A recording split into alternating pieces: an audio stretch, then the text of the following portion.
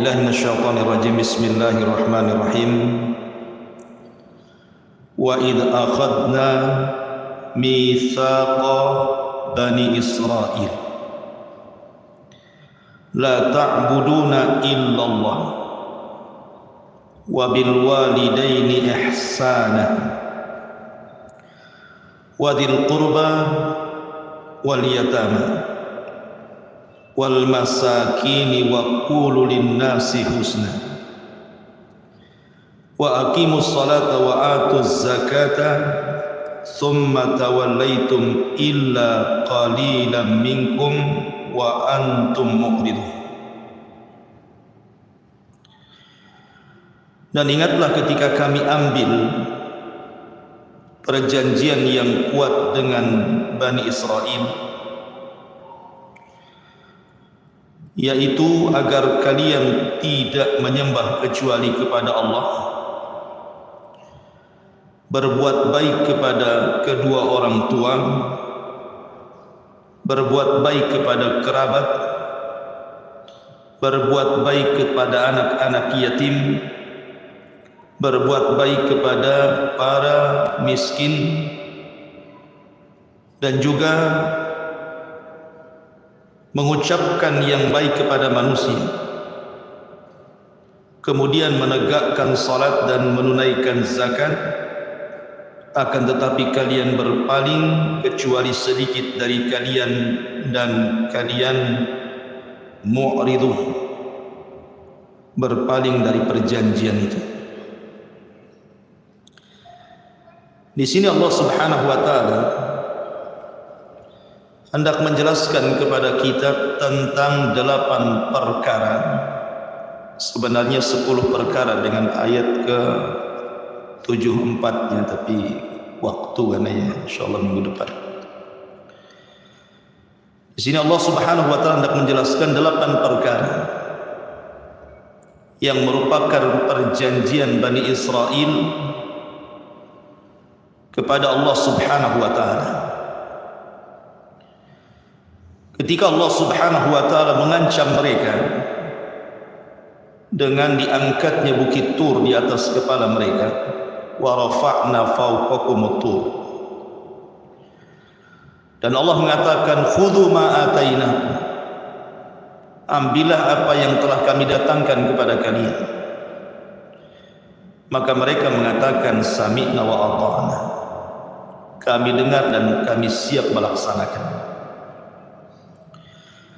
Maka perjanjian yang terikat antara Bani Israel dengan aturan Taurat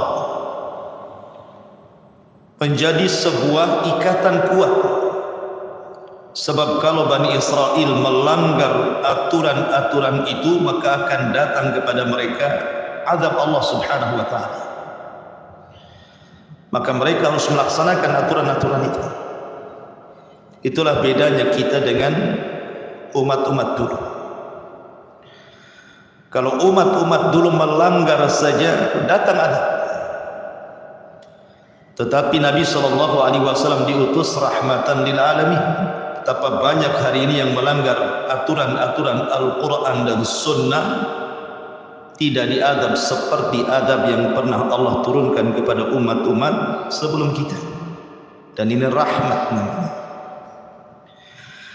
Nah, di sini Allah Subhanahu wa taala menjelaskan kepada kita 8 perkara perjanjian Bani Israel yang mereka harus laksanakan. Pertama, Allah Subhanahu wa taala mengatakan la ta'buduna illallah, mereka tidak boleh menyembah kecuali kepada Allah, tauhid.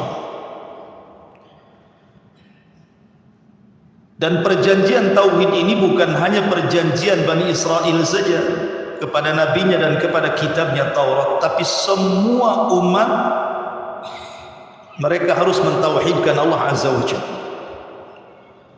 Karena Allah Subhanahu wa taala berfirman, wa laqad ba'atsna fi kulli ummatir rasulan an i'budullaha wajtanibut taghut. Dan kami utus pada tiap-tiap umat ini seorang rasul utusan di mana tugas para utusan ini mengatakan kepada setiap umatnya, sembahlah Allah, artinya tauhidkan Allah dan jauhi sesembahan selain daripada Allah alias tauhid. Itulah dakwah seluruh para nabi dan rasul. Adapun terkhusus Bani Israel, Allah katakan la ta'buduna illallah, karena Bani Israel ini mudah sekali kufur. Contoh saja kisah ketika Nabi Musa mengambil Taurat selama 40 hari, tiba-tiba sebagian besar Bani Israel murtad dan menyembah patung anak sapi yang dibentuk samiri. Mudah sekali mereka murtad. Kemudian juga kisah tentang ketika baru saja mereka diselamatkan dari kejaran Fir'aun dan kedua mata mereka melihat bagaimana Fir'aun ditenggelamkan. Tiba-tiba mereka melihat ada satu kampung yang menyembah berhala, mereka pun ingin dibuatkan berhala yang sama dan mengatakan ij'al lana ilahan kama lahum alihah. Jadikan Tuhan seperti mereka wahai Musa. Dan banyak lagi kisah-kisah kufurnya Bani Israel. Makanya ditekankan dengan tauhid, alla ta'buduna illallah. Jangan kalian pernah menyembah kecuali hanya kepada Allah. Artinya tauhidkan Allah. Ini yang pertama. Kemudian yang kedua, wabil walidaini ihsan. Dan dengan kedua orang tua ihsan, hendaklah kalian berbuat baik. Sekali lagi, walaupun teksnya ayat ini untuk Bani Israel, tapi kaidah Al-Quran al-ibratu bi umumil lafzi la bi khususis sabab. Ibrah itu atau sebuah pelajaran yang kita kutip dalam Al-Quran itu bukan karena sebab yang khusus turunnya, tapi umumnya lafaz ini. Artinya berlaku juga kepada kita 8 perjanjian ini. Di sini yang kedua, wabil walidaini ihsan. Dan dengan kedua orang tua hendaklah kita berbuat baik. Ma'asyiral muslimin yang dimuliakan Allah Subhanahu wa taala. Kalimat ihsan, hendaklah kita berbuat baik kepada kedua orang tua, Allah sebut satu nafas di banyak ayat dalam Al-Quran.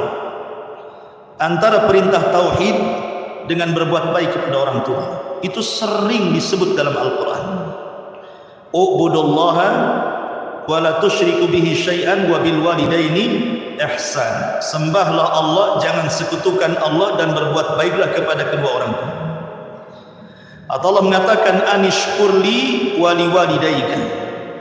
Hendaklah kalian mensyukuri semua nikmatku dan bersyukurlah atas kedua orang tua. Lah dalam ayat ini juga Allah sebut berbuat baik kepada orang tua itu setelah perintah tauhid. Alla ta'buduna illallah wa bil walidaini ihsan. Kenapa? Kenapa di sini Allah selalu menyebut dua kata ini? Tauhid, berbuat baik kepada orang tua. Bersyukurlah akan nikmatku dan nikmat kedua orang tua. Al-Imam Ar-Razi rahimahullahu taala, beliau mengatakan innama ardafa ibadatallahi bil ihsan ilal walidaini liwujud. Beliau mengatakan disebutnya satu nafas antara berbuat baik kepada kedua orang tua dengan ibadah kepada Allah, mentauhidkan Allah itu karena beberapa perkara. Salah satunya beliau mengatakan ahaduhuma, yang pertama, anna ni'matallahi ta'ala 'alal 'abdi a'zam fala budda min taqdimi syukrihi ala syukri ghairihi. Thumma ba'da ni'matillahi fa ni'matul walidaini a'am an-ni'am wa dzalika li anna al-walidaini humal aslu was sababu fi kaunil waladi wa wujudihi kama annahuma mun'imani alaihi bitarbiyati amma ghairul walidaini fala yasdur anhul in'am bi aslil wujud. Beliau mengatakan bahwa nikmat Allah terhadap hamba tentu jauh lebih besar dibandingkan nikmat yang diberikan kepada yang lainnya dari selain Allah Azza wa Jalla. Maksudnya kebaikan. Lah nikmat Allah Subhanahu wa taala dijelaskan di sini tentu harus didahulukan kita bersyukur kepada Allah karena Dia asal yang menciptakan kita. Tetapi wujudnya kita di dunia ini itu disebabkan kedua orang tua. Kalau antum tidak punya orang tua, enggak mungkin antum hidup. Memang Allah yang menciptakan, tetapi adanya kita itu karena ada orang tua. Hiduplah kita, lahirlah kita. Sebab itulah makanya kenapa Allah iringkan antara tauhid dan berbuat baik kepada kedua orang tua. Ingat bahwa keberadaan kita itu disebabkan karena ada kedua orang tua. Kalau nggak ada orang tua, nggak ada kita, nggak terlahir kita ini. Bahkan yang lebih hebat lagi,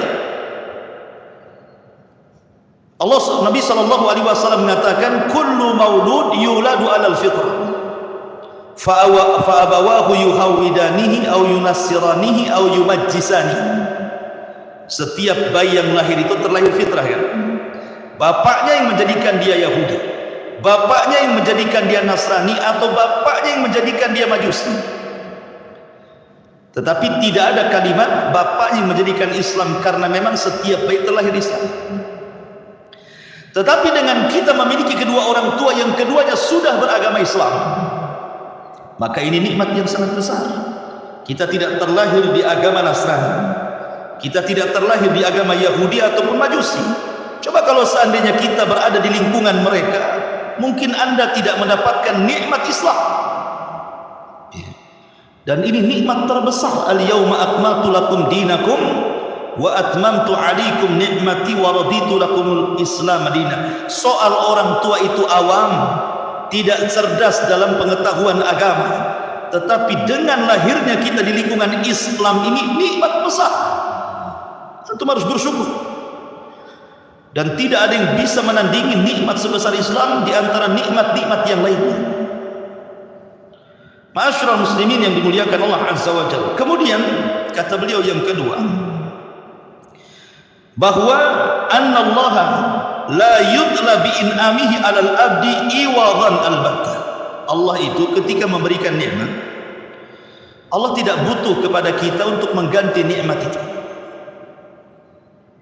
Allah tidak butuh mengganti nikmat Allah Subhanahu wa taala. Layaknya kita memberi, tentu kita ada harapan orang itu memberi lagi kepada kita. Jazaul ihsan ilal ihsan, gitu, balasan kebaikan dengan kebaikan yang sama. Tapi Allah Subhanahu wa taala mengatakan dalam Al-Qur'anul Karim, ma nuridu minkum ayyut'imun. Kami tidak menghendaki kalian menyerahkan makanan kalian kepada aku. Artinya Allah Subhanahu wa taala ketika memberikan nikmat itu tidak berhajat kepada ganti daripada yang Allah berikan kepada kita. Cukup bersyukur saja. Salat, atau dengan cara nikmat itu diberikan di jalan Allah Azza wa Jalla. Lah sebagaimana Allah seperti itu, maka kebanyakan kedua orang tua pun mungkin seperti itu, kecuali mungkin ada beberapa orang tua yang tidak dirahmati Allah Subhanahu wa taala. Tetapi di mana-mana orang tua itu ketika mereka mentarbiyah anaknya, menyekolahkan anaknya, membesarkan anaknya, keinginan mereka itu hanya satu, supaya anaknya jauh lebih baik kondisinya dibandingkan mereka. Itu saja kan. Dulu saya tidak sekolah, jangan sampai anak saya tidak sekolah. Itu bahasa orang tua. Sehingga di mana-mana orang tua itu, walaupun anda sudah besar namanya, anda sudah menjadi orang hebat, selebritis, dipandang manusia, dihormati manusia, orang tua itu tidak memandang jabatan kita. Orang tua itu hanya tahu bahwa anda ini anaknya, itu saja. Ma'asyiral muslimin yang dimuliakan Allah Azza wa Jalla, sebab itulah maka kenapa Allah iringkan antara tauhid dan berbuat baik kepada kedua orang tua. Kemudian yang ketiga, annallaha la yamil minal in'ami 'alal 'abdi walau atal 'abdu bi a'dhamil jara'i. Allah itu tidak bosan memberikan nikmatnya kepada hamba walaupun hamba itu kurang ajar. Lihat orang-orang kafir, tetap saja Allah berikan rizki kepada mereka. Allah berikan makan, berikan minum, tempat tinggal yang bagus, usaha yang bagus, kesehatan yang bagus, walaupun mereka kafir. Maka sebagaimana Allah Subhanahu wa ta'ala juga tidak bosan ketika berbuat baik kepada hambanya dan rizki yang diturunkan kepadanya, maka terkadang ada sebagian orang tua pun sama. Coba ketika antum masih bayi itu, ada enggak orang tua bosan merawat antum? Malas, saya campakkan aja anak ini. Tetap ini dibesarkan antum. Tetap antum sudah tua begini. Ini jasa siapa gitu? Jasa orang tua. Makanya kenapa Allah iringkan dua kalimat ini? Makanya penting kita ini jazaul ihsan ilal ihsan. Sebagaimana orang tua sudah berbuat baik kepada kita, tolong berbuat baik kepada orang tua. Walaupun sampai kepada menyinggung perasaan, jangan sampai. Saya contohkan satu kisah. Ma'ruf, kisah siapa? Kisah Nabi Yusuf alaihi salatu wassalam. Di dalam surah Yusuf ayat ke-100 Allah Subhanahu wa taala berfirman, "Wa min qabl qad ja'alaha rabbi haqqan wa qad ahsana bi id akhrajani minas sijni wa jaa'a bikum minal badwi min ba'di an nazagha asyaitanu baini wa baina ikhwati in rabbi latifun lima yasha innahu huwal alimul hakim." Dan dia, maksudnya Yusuf alaihi salatu wassalam, menaikkan kedua orang tuanya, siapa? Ya'qub dan juga ibundanya, ke atas singgasana, karena ketika itu Yusuf sudah jadi orang besar di Mesir. Dan mereka semuanya, maksudnya saudara-saudaranya yang pernah menyakiti Yusuf itu, 10 saudaranya itu, selain Benyamin, ya 11 selain Benyamin itu 10 orang. Mereka tunduk bersujud kepada Yusuf alaihi salatu wassalam. Kemudian Yusuf berkata kepada ayahnya, "Wahai ayahku, inilah takwil mimpiku yang dulu. Dan sesungguhnya Tuhanku telah menjadikannya kenyataan." Karena ketika Yusuf kan bermimpi waktu kecil kan, "Inni ra'aitu asyara inna ra'aitu gimana? Ahada asyara kaukaban wasyamsa wal qamara ra'aituhu li sajidin." Aku melihat 11 bintang, matahari dan bulan, mereka sujud kepada aku. Di sini kenyataan takwilnya. Rupanya saudara-saudaranya sujud menghormati Nabi. Sujud di sini bukan sujud ibadah, maksudnya menghormati Yusuf gitu ya. Kemudian Yusuf mengatakan, "Wa qad ahsana bi id akhrajani minas sijni wa jaa'a bikum minal badwi min ba'di an nazagha asyaitanu baini wa baina ikhwati." Sesungguhnya Tuhanku Rabbku telah berbuat baik kepadaku ketika dia membebaskan aku dari penjara dan ketika membawa kamu dari dusun. Aku dikeluarkan dari dusun sehingga aku sampai ke Mesir. Setelah setan merusak hubungan antara diriku dengan saudaraku, sungguh Tuhanku maha lembut terhadap apa yang dikehendaki. Sungguh dia yang maha mengetahui dan maha bijaksana. Perhatikan ucapan Yusuf di hadapan Ya'qub. Ma'ruf ikhwan, Nabi Yusuf itu kan cekcok dengan saudara-saudaranya kan? Karena hasadnya saudara-saudara Yusuf alaihi salam. Dan ketika itu Yusuf kan masih kecil. Kemudian berakhir dengan memasukkan Yusuf ke dalam sumur. Kemudian setelah itu Yusuf dibawa oleh para pedagang. Kemudian dijual dengan harga yang murah. Kemudian dibeli oleh Raja Aziz, pejabat namanya Aziz. Kemudian dapat fitnah, digoda oleh istrinya, akhirnya masuk penjara.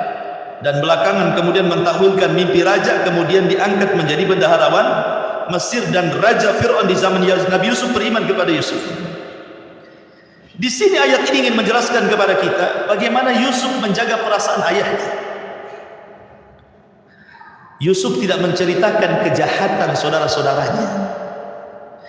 Dia hanya mengatakan kalimat wa qad ahsana rabbi id akhrajani minas sijn wa jaa bikum minal badwi min ba'di an nazagha syaitan baini wa bain ikhwati. Kata Yusuf, sungguh Rabbku telah berbuat baik kepadaku saat Allah keluarkan aku dari penjara, dan menceritakan kenapa dia di penjara. Karena aku difitnah. Menunjukkan apa? Yusuf ingin menenangkan hati bapaknya. Beda kalau dia bercerita aku masuk penjara karena nyuri begitu.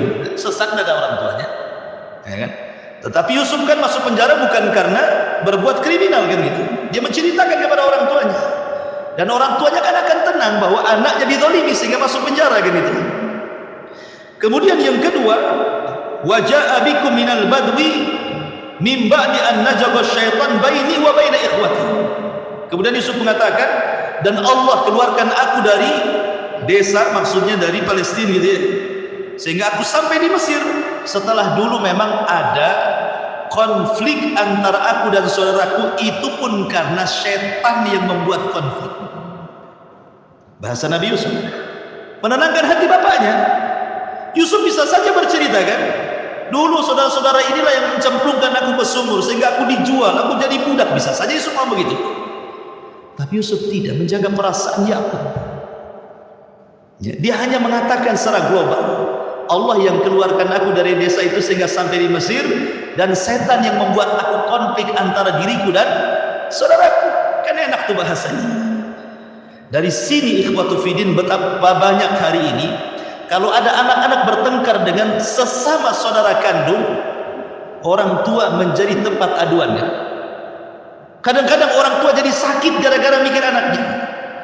Betapa banyak orang-orang tua akhirnya sakit parah, akhirnya bahkan meninggal gara-gara mikir anaknya itu. La haula wala quwata illa billah. Jadi kalau seandainya ada konflik antar anak-anak, jangan sampai orang tua tahu, maksudnya begitu. Jaga perasaannya. Itu bagian daripada ihsan. Walaupun tidak dengan cara ucapan, dengan cara-cara raut muka lah. Walaupun antum ada masalah, janganlah ditampakkan di hadapan orang tua gitu maksudnya. Karena itu bagian daripada ukuk perasaan, menyinggung perasaan orang tua itu tidak ihsan. Maka bagian daripada ihsan adalah minimalnya memasukkan rasa senang di hati kedua orang tua. Ma'asyiral muslimin yang dimuliakan Allah Azza wa Jalla, ini makna wabil walidaini ihsan, dan tentu bukan hanya perasaan saja. Kita berbuat baik kepada kedua orang tua itu bil lisan, kemudian bil fi'li, bil ahwal, bil mal. Itu penting, dengan ucapan, dengan perbuatan, dengan menampakkan kondisi kita di hadapan orang tua, ataupun dengan harta kita. Jadi 4 perkara ini harus kita lakukan kepada kedua orang tua. Karena begini teman, ada hadis Nabi SAW, inna atyaba ma akala rajulu min kasbih wa inna waladahu min kasbih. Kata Nabi SAW, yang paling baik sesuatu yang Anda makan adalah hasil usaha sendiri. Hasil usaha kita, dengan keringat kita bekerja, kemudian dapat hasil kita makan. Itu sebaik-baik hasil pekerjaan. Kemudian Rasul mengatakan wa inna waladahu min kasbih, dan semua anak yang terlahir itu usaha orang tua. Dalam riwayat Rasul mengatakan anta wa maluka li abik, hartamu dan dirimu milik bapakmu.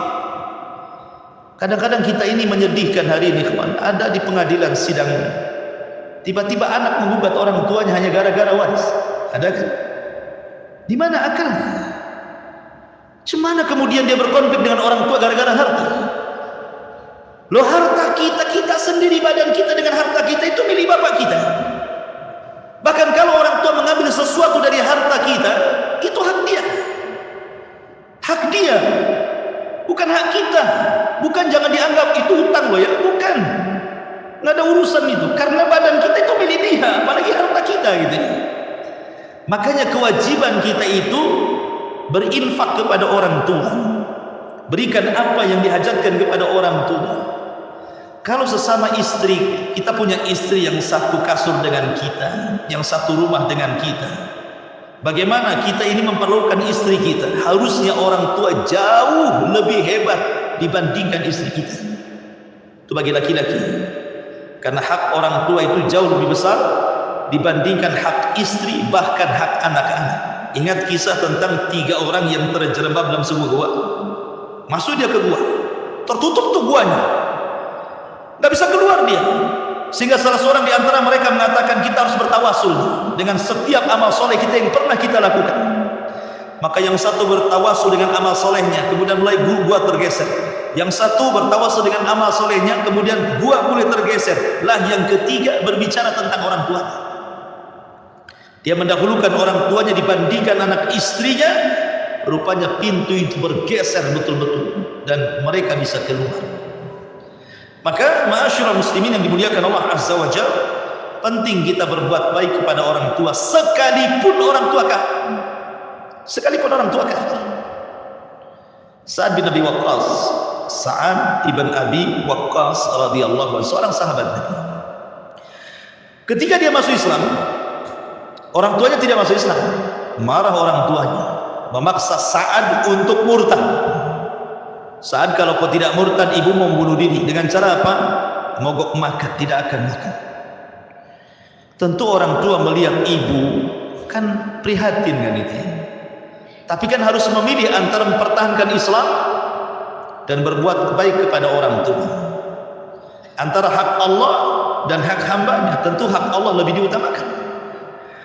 Makanya Sa'ad bin Abi Waqqas tetap bertahan di atas Islam.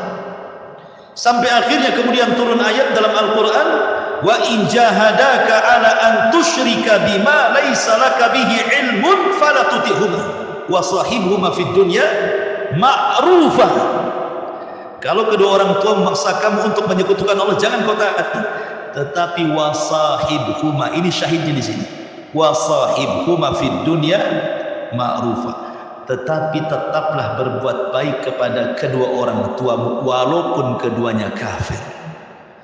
Kalau seandainya Allah Subhanahu wa taala mengatakan wasahibhuma fid dunya ma'rufa, kita tetap berbuat baik kepada kedua orang tua yang kafir, macam mana kalau orang tua kita ini beriman? Oh, yang kafir saja digitukan kan itu ya. Jangan sampai kita durhaka, apalagi kalau kedua orang tua kita ini muslim dua-duanya. Nah, dari sini ikhwatul fiddin menunjukkan wajibnya kita berbuat baik kepada kedua orang tua, terutama mendoakan. Abu Hurairah radhiyallahu anhu itu kalau di pagi hari dia bangunkan ibunya kemudian mendoakan, semoga Allah Subhanahu wa taala mengampuni dosa-dosamu hai ummah, semoga Allah berikan keselamatan. Didoakan sama Abu Hurairah radhiyallahu anhu, sebagaimana engkau telah merawat diriku sejak kecil, maka semoga Allah mengampuni dosa-dosamu. Pernah enggak antum setiap pagi mendoakan orang tua? Sekarang ini tidak ada alasan orang tua itu harus di rumah. Anggaplah orang tua antum di kampung. Sekarang sudah ada handphone, ikhwan. Apa susahnya antum mendoakan kedua orang tua? Sedang orang tua itu mendoakan. Ini yang kedua, perjanjian Allah Subhanahu wa taala dengan Bani Israil, wa bil walidaini ihsana. Dan kalau pembahasan ini terlampau banyak ya, kita singkat saja. Kemudian wabidil qurba, wabidil qurba, dan dengan kerabat. Kerabat itu adalah orang dekat kita, dan itu terbagi menjadi 3. Ada kerabat dari arah ayah, ada kerabat dari ayah ibu, ada kerabat dari 2 arah tadi, ayah dan ibu.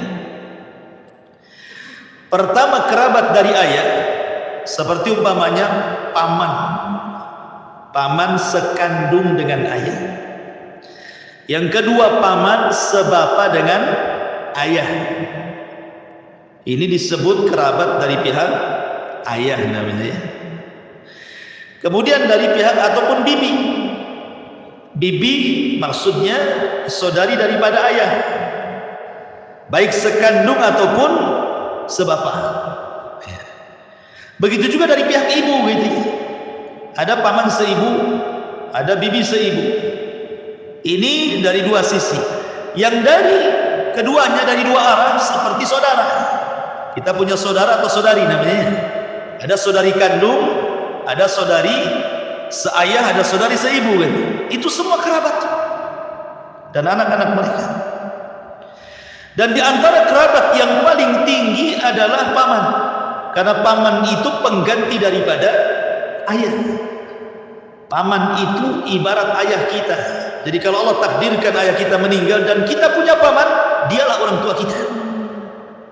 Jangan berkonflik dengan paman. Ya, paman seayahnya.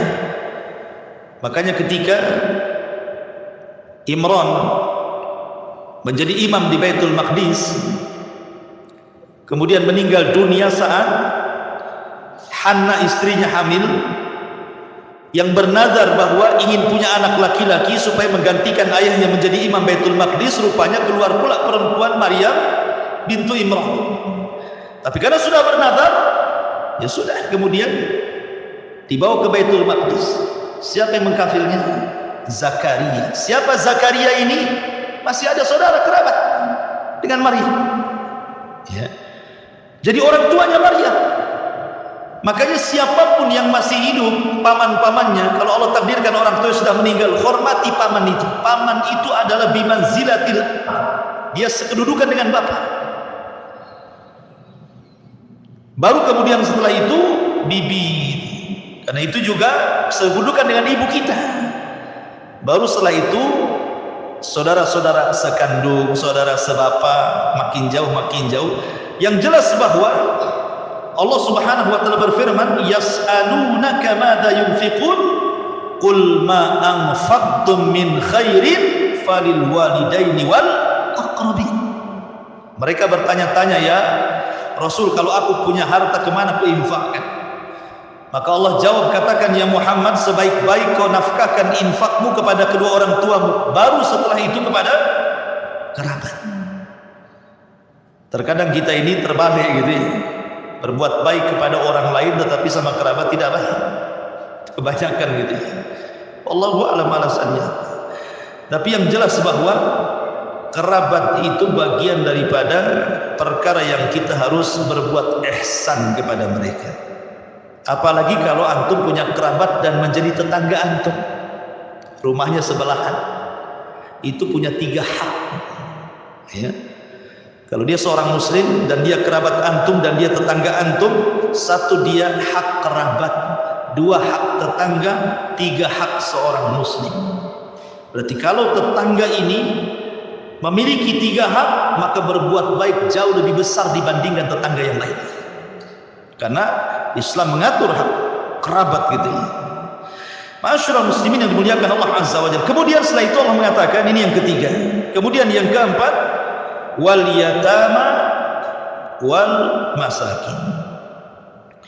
Di sini Allah dahulukan kalimat yatim kemudian miskin. Tapi dalam ayat yang lain Allah dahulukan miskin kemudian yatim. Seperti Allah mengatakan wa yut'imuna at'ama ala hubbihi miskinan wa yatiman wa asira. Di sini dalam ayat lain Allah dahulukan miskin baru yatim gini. Atau seperti kisah Nabi Khidir ketika mengajarkan Musa alaihi salatu wasallam, mendahulukan bercerita tentang miskin, kapal-kapalnya orang miskin yang dibolongi Musa kan. Baru cerita anak yatim yang rumahnya dirobohkan. Miskin dulu baru yatim. Tapi di sini Allah dahulukan yatim baru miskin. Apa bedanya? Kenapa di satu sisi mendahulukan yatim baru miskin, di sisi lain mendahulukan miskin baru yatim? Ulama mengatakan dalam babul ihsan, berbuat baik, maka yatim didahulukan dibandingkan miskin.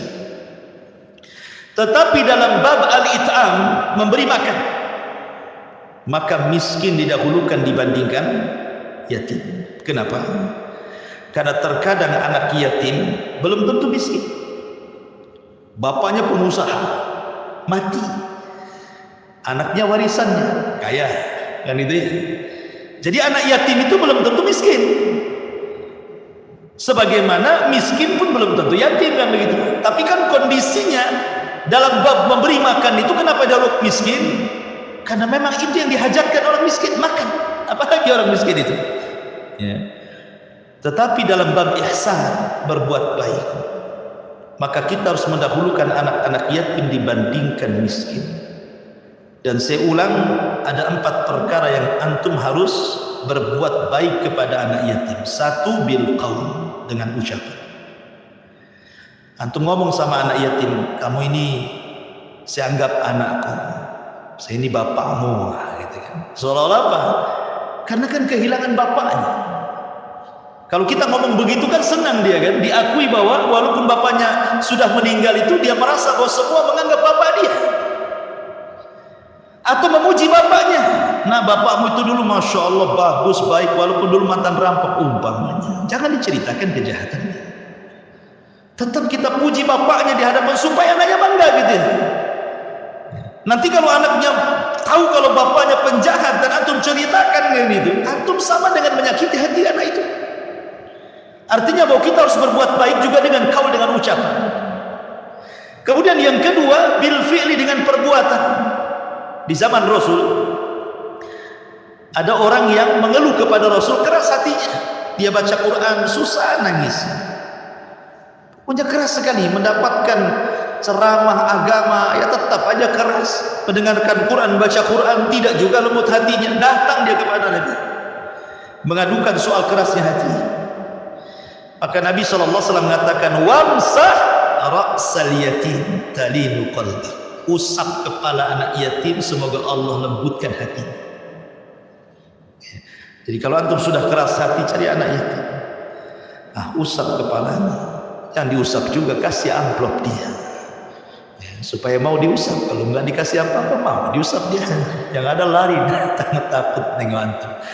Jadi kalau antum udah iming-iming kasih duit, senang dia merapat, ya kan itu. Jadi di sini dari segi perbuatan harus melembutkan. Kenapa? Karena orang yang tidak pernah sayang kepada anak yatim itu mengeraskan hati. Ara'aital ladzi yukadzibu biddin, fadzalika alladzi yadhu'ul yatim wa la yakhuddu 'ala ta'amil miskin. Tidakkah kau lihat para pendusta agama? Kenapa orang itu bisa mendustakan agama? Karena keras hatinya. Kalau tidak keras hatinya, orang nggak mungkin mendustakan agama. Yang mendustakan itu keras hatinya. Makanya kata para ulama, kalaulah para pembesar jahiliyah di zaman Rasul itu memiliki rahmat sedikit saja kepada fuqara wal masakin dan kepada anak-anak yatim, niscaya mereka menerima dakwah Nabi. Tapi karena kerasnya hati orang-orang Arab jahiliyah di zaman Rasul, makanya mereka jadi para pendusta agama. Apa yang membuat keras hati orang itu?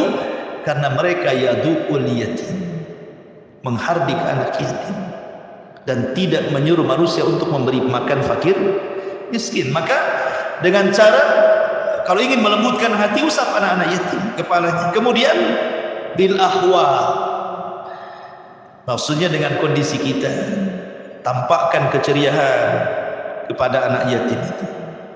Kemudian bil mal, maksudnya dengan harta, bantu dengan cara mengkafil. Kata Rasul, ana wa kafilul yatim fil jannati kahatain.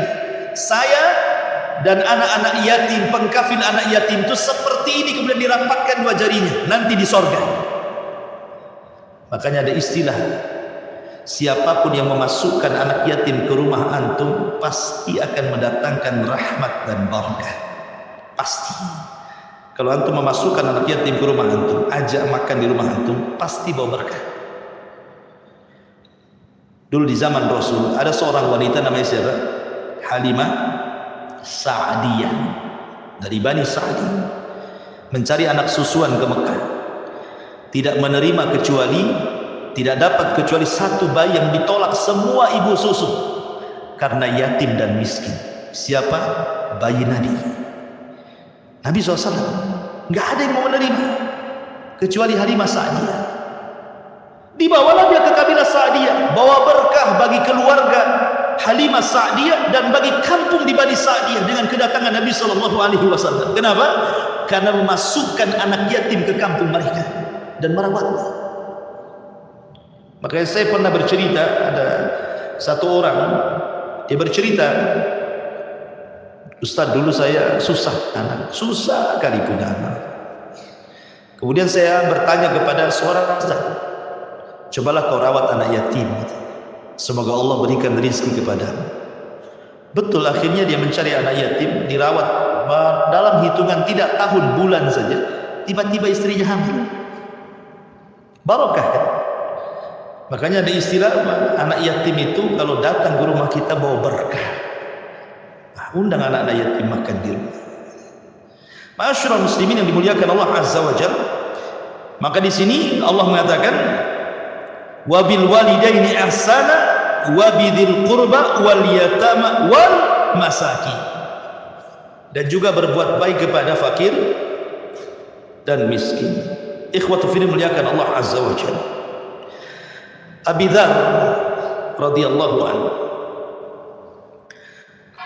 dia mengatakan, amarani khalili Nabi sallallahu alaihi wasallam bisab'in. Nabiku, maksudnya Rasulullah, pernah berwasiat kepadaku dengan 7 perkara. Yang pertama, amarani bihubbil masakin. Rasul memerintahkan aku agar mencintai orang-orang miskin. Wadunu minhum, kemudian mendekati mereka. Wa amarani an anzura ila man huwa duni wa la anzura ila man huwa fawqi, dan memerintahkan agar aku melihat ke bawah, jangan pernah melihat ke atas. Wa amarani an asila rahimah, dan juga memerintahkan kepadaku untuk menyambung silaturahim. Wa amarani an as'ala ahadan syai'an, dan merintahkan kepadaku agar aku tidak menjadi orang yang meminta-minta.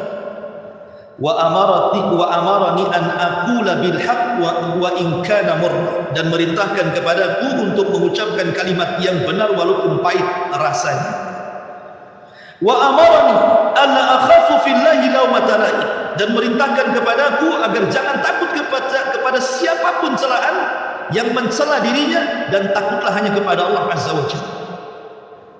Wa amarani an ukthira min qawli la haula wala quwwata illa billah, dan merintahkan kepadaku untuk memperbanyak ucapan la haula wala quwwata illa billahi wa ba'd fa innahunna min kanzi tahtal arsy, karena itu semua adalah pembendaharaan yang berada di bawah arsy Allah Subhanahu wa taala, maksudnya pembendaharaan surga.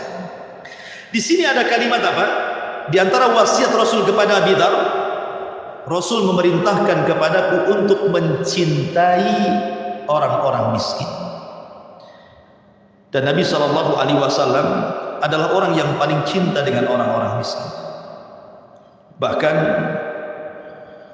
Nabi SAW sampai berdoa kan kepada orang-orang miskin itu agar dikumpulkan bersama mereka, orang-orang miskin. Abu Hurairah radhiyallahu anhu suatu ketika berkata, 3 hari Abu Hurairah itu tidak mendapatkan makan, lapar, sehingga tidak kuat berdiri. Dan Abu Hurairah itu kan orang miskin, termasuk ashabu sufa. Jadi suatu ketika di hari Jumat, selesai sholat Jumat, Abu Hurairah sudah tidak tahan, sudah gemetar ya. Kita aja lapar 1 hari tidak makan gemetar ya. Ini 3 hari tak makan, apa lebih gemetar ya. Tidak sangguplah Abu Hurairah bangun. Akhirnya Abu Hurairah radhiyallahu anhu hanya bisa terduduk di babis salam, di salah satu pintu namanya pintu salam di Masjid Nabawi. Seorang sahabat tentu izahnya kuat untuk tidak meminta-minta ya kan. Padahal orang seperti Abu Hurairah sudah layak meminta-minta kan itu. Tapi Abu Hurairah hanya duduk, hanya mengharap kalau Abu Bakar lewat mengucapkan salam, kemudian melihat kondisinya, dia paham bahwa dia sedang lapar. Rupanya Abu Bakar lewat, assalamualaikum ya Abu Hurairah, waalaikumsalam warahmatullahi, ya Abu Bakar pergi. Rupanya kurang peka Abu Bakar. Kemudian Umar lewat, salam lagi, nggak peka juga Umar itu, salam jawab salam pergi. Datang Utsman, datang sahabat, sampai tidak ada satupun sahabat di masjid tidak peka dengan kondisi Abu Hurairah itu. Terakhir Rasul yang keluar. Kemudian assalamualaikum, waalaikumsalam ya Rasulullah. Ada apa dengan anda ya Abal Hir? Ada apa engkau itu? Kemudian Rasul sallallahu alaihi wasallam karena melihat dia sedang memegang perut pasti dilapar. Kata Rasul, ya Abu Hurairah, ayo kita ke rumah. Datanglah Rasul dengan Abu Hurairah ke rumah salah satu istrinya. Kemudian Nabi SAW menghidangkan tamar dan air susu. Yang diperlukan itu kan air susu yang bisa menambah tenaga kan, itu protein kan itu. Dalam hati Abu Hurairah dikiranya Rasul kan airnya cuma sedikit air susunya. Dikiranya Rasul mengatakan kul ya Abu Hurairah, makan wahai Abu Hurairah. Itu dalam perasaan Abu Hurairah. Tiba-tiba kata Rasul, ya Abu Hurairah, panggilkan ashabus suffah yang lainnya, katanya. Sementara jumlah ashabus suffah itu 70 orang.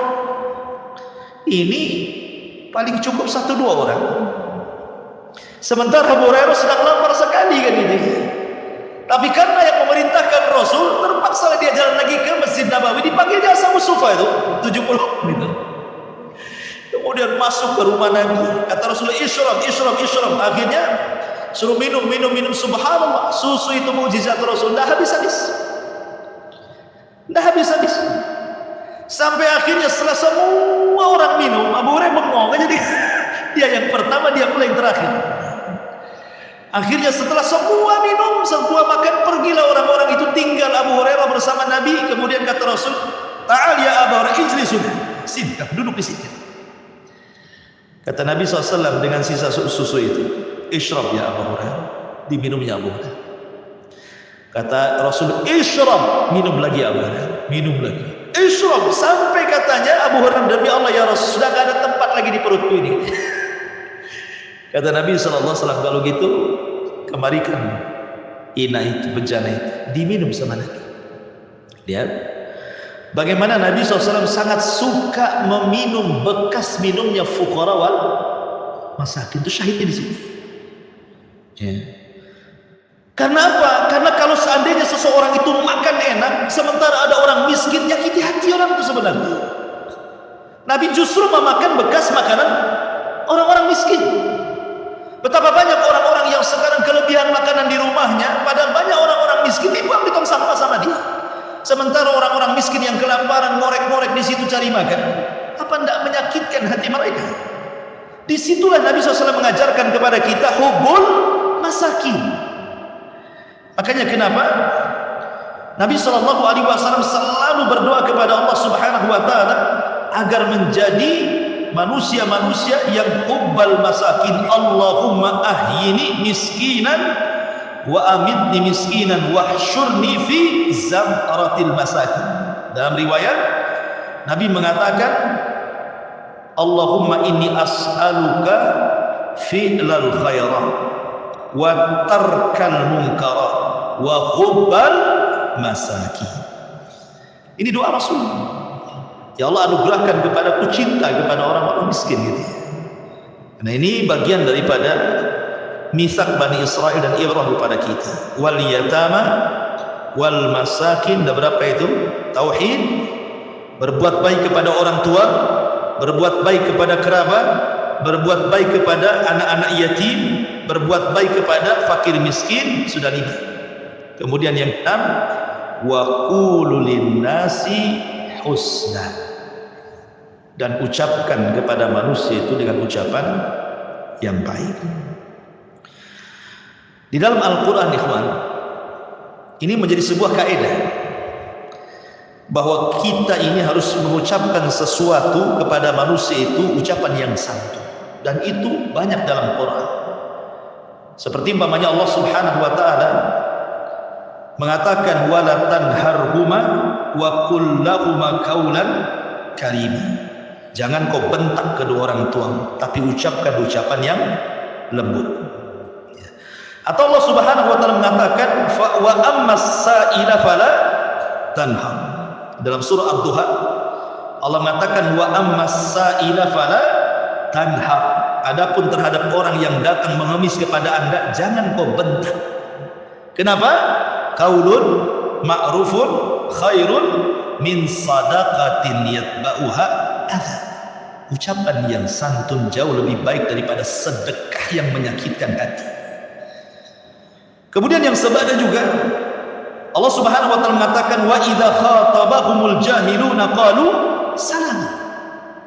Kalau ada orang-orang jahil mencaci maki, jangan dilayan. Kadang-kadang kita kan mudah sekali terprovokasi kan. Ada orang yang menghina kita, memfitnah kita, langsung dilayan.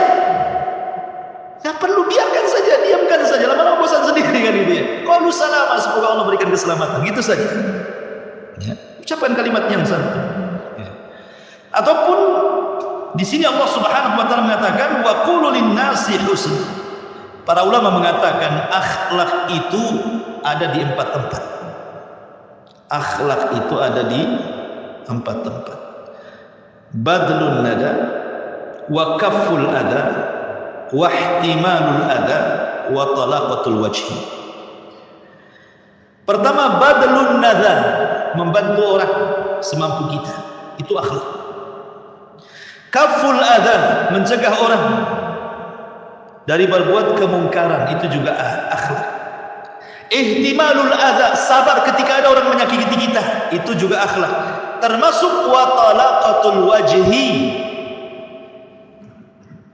wajah yang menyenangkan orang dengan tutur kata yang indah, dengan senyumnya, dengan tidak melototnya, orang senang. Itulah akhlak. Wa qulu lin-nasi husna. Maka ucapkanlah kepada manusia ucapan yang baik. Ikhwan, ucapan itu kan ada 2 macam. Atau ada 3 macam. Ada ucapan yang isinya pahala semua. Ada ucapan yang isinya dosa semua. Ada ucapan yang tidak berpahala, tidak berdosa.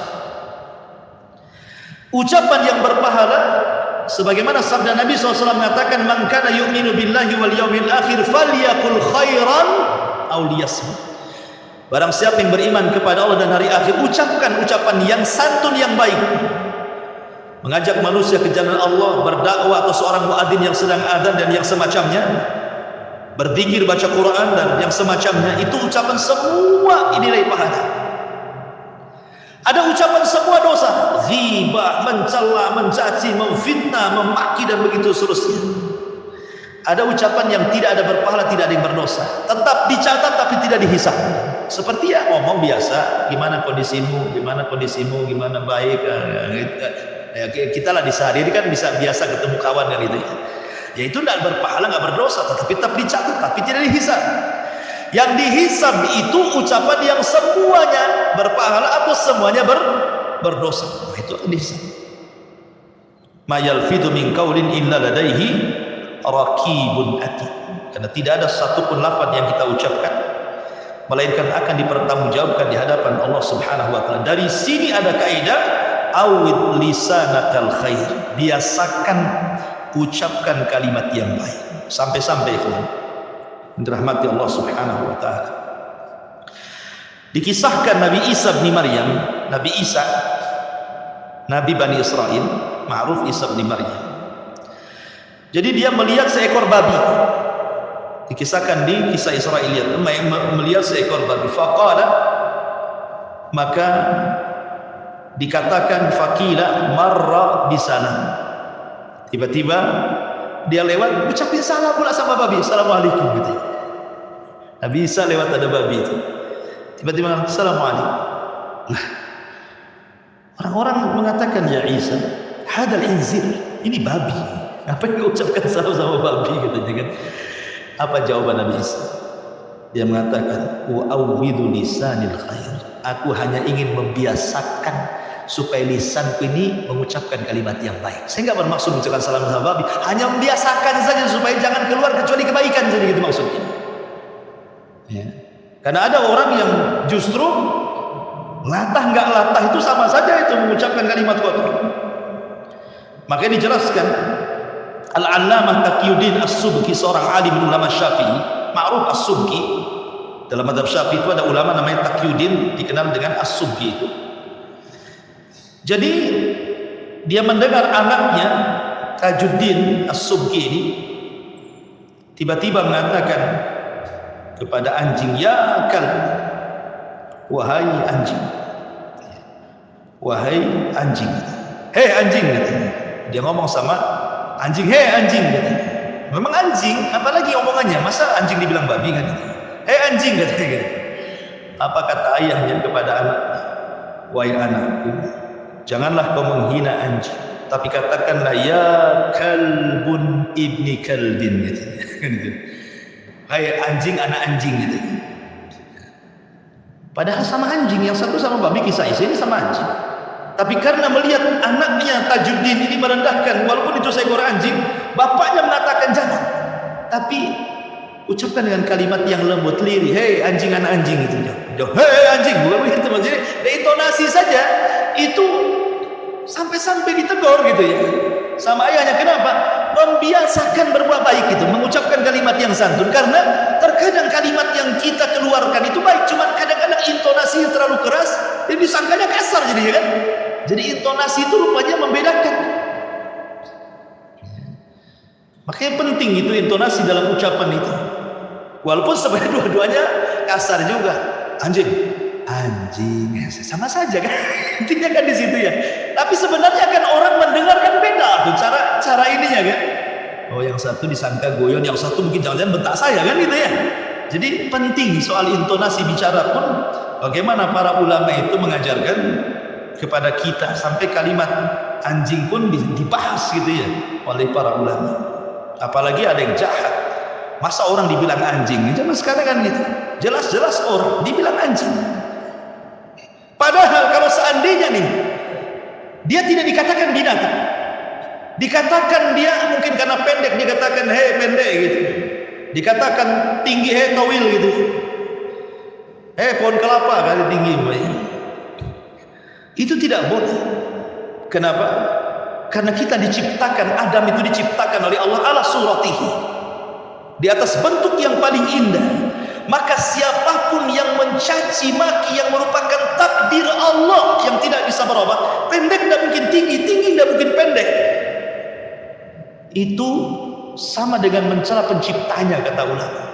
Kalau antum mencela sesuatu yang sudah Allah takdirkan begitu pada manusia, kita cela gitu ya, maka itu sama dengan mencela Allah yang telah menciptakannya. Karena Allah mengatakan laqad khalaqnal insana fi ahsani taqwim. Ma'asyiral muslimin yang dimuliakan Allah Azza wa Jalla, Allah mengatakan wa qulu lin-nasi husna. Kemudian Allah mengatakan wa aqimus salata. Kemudian yang nomor 7, dirikan salat. Dirikan salat. Ma'asyiral muslimin yang dimuliakan Allah Azza wa Jalla, salat ini ibadah yang diperintahkan kepada seluruh para nabi dan rasul, dan faedahnya banyak.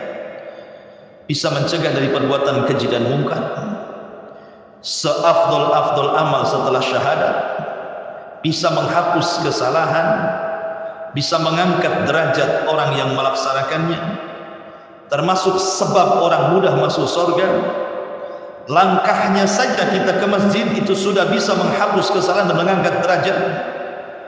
Kemudian Allah ampuni semua dosa-dosanya. Kemudian juga Allah Subhanahu wa taala akan mengutus para malaikat dan akan mendoakan kebaikan kepadanya, termasuk menunggu solat setelah solat dianggap solat. Nah, luar biasa. Termasuk juga orang yang Allah dahulukan masuk surga sebelum yang lainnya.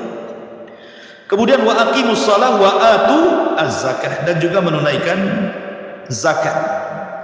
Kemudian Allah mengatakan summa tawallaitum, tapi kalian wahai Bani Israel, wahai orang-orang Yahud, kalian berpaling. Illa kecuali qalilan minkum, sedikit dari kalian yang melaksanakannya, wa antum mu'ridun, dan kalian tetap kondisinya memalingkan. Karena orang-orang pilihan Bani Israel saja terkadang mereka kurang beradab dengan nabinya kan, apalagi orang-orang yang bukan pilihan. Orang-orang pilihannya saja kurang sopan sama nabinya. Seperti ketika saya bercerita kepada antum tentang kisah orang-orang yang menyembah patung anak sapi Samiri, itu orang-orang jahilnya, orang-orang awamnya. Orang-orang pilihannya Nuqaba Bani Israel lain pula sul adab kepada Nabi Musa. Ketika mereka telah menyusul Nabi Musa ketika mendapatkan mandat Taurat, karena Taurat sudah diterima Musa, baru mereka datang. Tiba-tiba mereka mengatakan lan nu'mina laka hatta nallaha jahra. Kami tidak akan beriman dengan kenabian wahai Musa sampai kami melihat Allah dengan kepala mata kami. Fa akhadhatkumus sa'iqatu wa antum tanzurun. Maka Allah kirim halilantar dan kalian melihatnya dan kalian mati semuanya. Itu orang pilihannya. Seperti itu. Apalagi orang-orang awamnya gitu ya. Itulah Bani Israel. Ya. Wallahu a'lam bishawab. Ini diantara 8 perjanjian Allah dengan Bani Israel. Sebenarnya semuanya 10 nanti pada ayat setelahnya. Insyaallah kita bahas dalam kesempatan